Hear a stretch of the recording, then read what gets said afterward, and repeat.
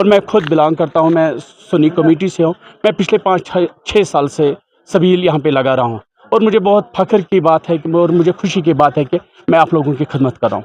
جو مولوی حضرات انہی دنوں میں جیسے کہ سٹارٹ ہو جاتا ہے، رمضان کے مہینے میں بھی یہی ایک دوسرے کے اوپر تنقید، جب محرم سٹارٹ ہو جاتا ہے ایک دوسرے کے اوپر تنقید، تو یہ میرے حساب سے ہمارا دین نہیں ہونا چاہیے۔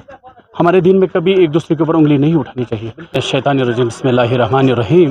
جس طرح پوری امت مسلمہ کو پتہ ہے کہ آج 10 عاشورہ ہے، اور اس 10 عاشورہ کو امام حسین علیہ السلام اپنے پورا اہل عیال کے ساتھ واقعہ کربلا میں شہید ہوئے ہیں، اور یہ اسی بات کی حق اور باطل کا جو سلسلہ تھا، اس وقت بھی قوم سوئی ہوئی تھی۔ جس طرح آج قوم سوئی ہوئی، اس وقت بھی اگر قوم جگی ہوئی ہوتی تو شاید یہ واقعہ نہیں برپا ہوتا۔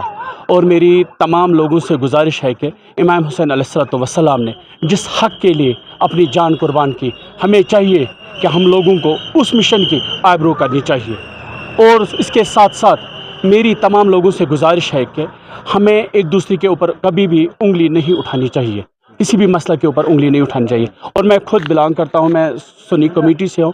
میں پچھلے 5-6 سال سے سبیل یہاں پہ لگا رہا ہوں، اور مجھے بہت فخر کی بات ہے کہ اور مجھے خوشی کی بات ہے کہ میں آپ لوگوں کی خدمت کر رہا ہوں۔ یہ میرے لیے گرو کی بات ہے۔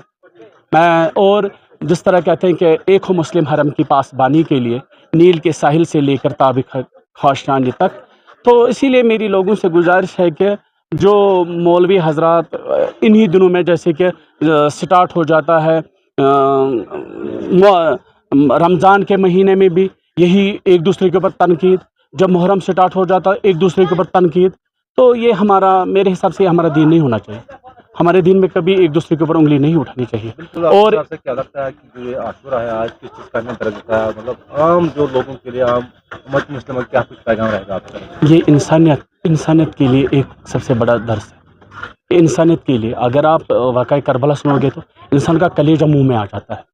اگر آپ سوچو گے اسی حق کے لیے، انسانیت کے لیے، اس نے سوچا کہ کہیں غریبوں کے اوپر ظلم ہو رہا تھا، ایک باطل حکومت کو گرانے کے لیے اس وقت جو سلسلہ جاری تھا، واقعہ کربلا ایک پوری امت مسلمہ کے لیے ایک امن کا پیغام تھا، اور اسی امن کے پیغام کو ہمیں مضبوطی کے ساتھ پکڑنا چاہیے۔